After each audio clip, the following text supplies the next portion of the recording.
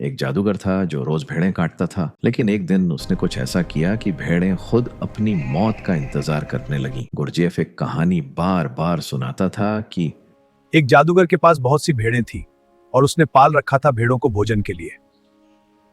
रोज एक भेड़ काटी जाती थी। बाकी भेड़ें देखती थीं, उनकी छाती थर्रा जाती थी। उनको ख्याल आता था कि आज नहीं कल हम भी काटे जाएंगे। उनमें जो कुछ होशियार थीं, वे भागने की कोशिश भी करती थीं। जंगल में दूर निकल जाती। जादूगर को उनको खोज खोज कर लाना पड़ता। ये रोज की झंझट हो गई थी। और न वे केवल खुद भाग जाती और भेड़ों को भी समझाती कि भागो। अपनी नौबत भी आने की है, कब हमारी बारी आ जाएगी पता नहीं। यह आदमी नहीं है, यह मौत है। इसका छुरा देखते हो, एक ही झटके में गर्दन अलग कर देता है। आखिर जादूगर ने एक तरकीब खोजी। उसने सारी भेड़ों को बेहोश कर दिया और उनसे कहा, पहली बात यह कि तुम भेड़ हो ही नहीं। जो कटती है वो भेड़ है, तुम भेड़ नहीं हो। तुम में से कुछ सिंह हैं, कुछ शेर हैं, कुछ चीते हैं, कुछ भेड़िए हैं। तुम में से कुछ तो मनुष्य भी हैं।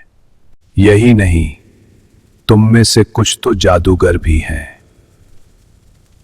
सम्मोहित भेड़ों को ये भरोसा आ गया। उस दिन से बड़ा आराम हो गया जादूगर को। वो जिस भेड़ को काटता, बाकी भेड़ें हंसती कि बेचारी भेड़, क्योंकि कोई भेड़ समझती कि मैं मनुष्य हूं और कोई भेड़ समझती कि मैं तो खुद ही जादूगर हूं, मुझको कौन काटने वाला है। कोई भेड़ समझती मैं सिंह हूं, ऐसा झपट्टा मारूंगी काटने वाले पर कि छठी का दूध याद आ जाएगा, मुझे कौन काट सकता है। ये बेचारी भेड़ है, रैं रैं करके काटी जा रही है।